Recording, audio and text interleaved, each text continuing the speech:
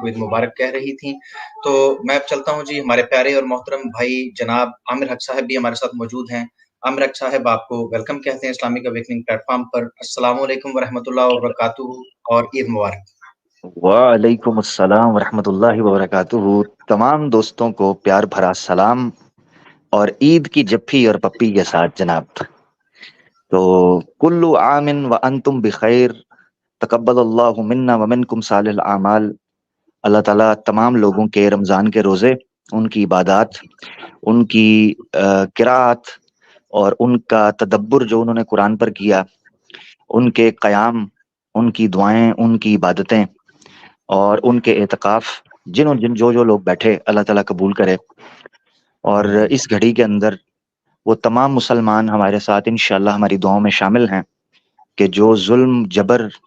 استبداد کی اور بربریت کی چکی میں کہیں نہ کہیں دنیا میں پس رہے ہیں،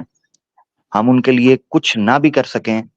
تو کم از کم ان کو اپنی مجلسوں میں یاد کر سکتے ہیں، ان کا ذکر خیر کر سکتے ہیں، ان کی بہتری اور بھلائی کے لیے کچھ کہہ سکتے ہیں اور اپنے دکھوں کا مداوع کر سکتے ہیں، اور ان کے زخموں پر مرہم رکھنے کے لیے اپنی سی کوشش ضرور کر سکتے ہیں. گو کہ اس میں کوئی شک نہیں کہ مولوی محمد علی صاحب کہہ گئے تھے کہ وہ تجھ کو میری ناسہ بے درد کیا شناخت، رکھتا ہے درد مند کی درداش نا شناخت. ہم پر تو وہ چیزیں بیتی نہیں، نہ وہ کوڑے ہم نے کھائے، نہ وہ زخموں کے پھٹ ہم نے برداشت کیے، نہ وہ رشتہ ٹپکتا ہوا خون کبھی ہم نے اپنی آنکھوں سے دیکھا، نہ کبھی وہ سسکیاں، نہ بلکتے بچے، نہ منہدم عمارتیں، نہ آہنی اور فولادی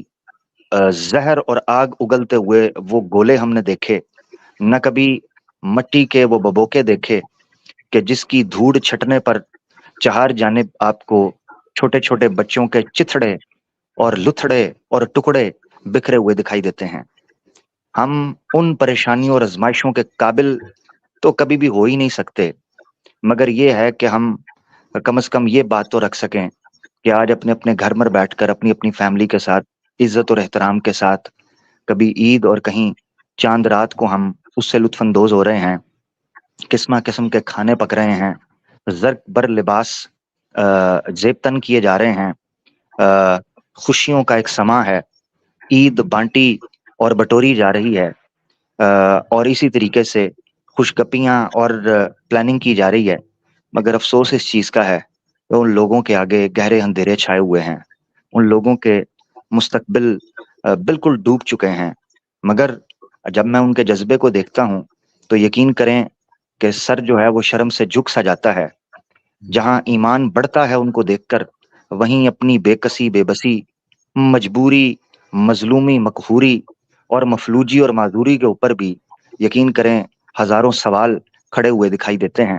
مگر انشاءاللہ ہم یہ آس اور امید تو کر سکتے ہیں، یا یہ کوشش اور کاوش تو کر سکتے ہیں کہ جس قدر وہ بن پڑے ہم آواز اٹھائیں، ہم ان کے بارے میں کوئی ایسی بات کر سکیں جس سے ہم آنے والی نسلوں کو ایک پیغام دے کر جائیں کہ ٹھیک ہے، ہم بارڈرز کی بنیاد پر، حدود کی بنیاد پر، مسافتوں کی دوریوں کی بنیاد پر بڑھ تو گئے ہیں، یہ دنیا بڑی وسیع ہے، مگر ایمان وہ واحد ایک نقطہ ہے جو ہمیں اکٹھا کرتا ہے، متحد کرتا ہے، اور ہمیں ایک جٹ ہو کر آقا دو جہاں صلی اللہ علیہ وسلم کی قیادت میں اسلام کے جھنڈے تلے اکٹھا کرتا ہے. یہ وہ درد ہے جو امت کا درد ہے، یہ وہ درد ہے کہ جو ایک جسم کا درد ہے، یہ وہ درد ہے جو ایک روح کا درد ہے، یہ وہ درد ہے جو آنے والی نسلوں کا درد ہے، یہ وہ درد ہے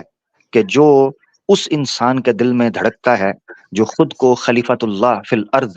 کے منصب پر قائم کرنے کے لیے جدوجہد کر رہا ہے. یہ وہ درد ہے کہ جو اسلام کے شیدائیوں اور ایمان کے پروانوں کے دل میں ٹمٹماتا ہے. اور انشاءاللہ میں امید کرتا ہوں کہ جہاں آپ لوگ اپنی فیملی کے ساتھ خوشی کے پل گزار رہے ہیں، وہیں چند لمحے رک کر سائڈ پر بیٹھ کر ان لوگوں کو ضرور یاد کیجئے گا اپنی دعاؤں میں، اپنے الفاظ میں، اپنی مجلسوں میں، یہ جو لوگ ان نعمتوں سے اور ان آسائشوں سے اور ان سہولتوں سے محروم ہوئے ہمیں دکھائی دیتے ہیں. میں معذرت چاہتا ہوں، میں نے طویل بات کی، مگر کیا کہیں کہ گرچہ ہو مشاہدہ حق کی گفتگو، گرچہ ہو مشاہدہ حق کی گفتگو بنتی نہیں ہے بات پیادہ اساگر کہے بغیر، کہ جب ہم ان لوگوں کی بات نہ کریں ہماری مجلسوں کا کوئی فائدہ نہیں، اور خاص طور پر خوشی غمی کے وہ لمحات ہی میں سمجھتا ہوں ایک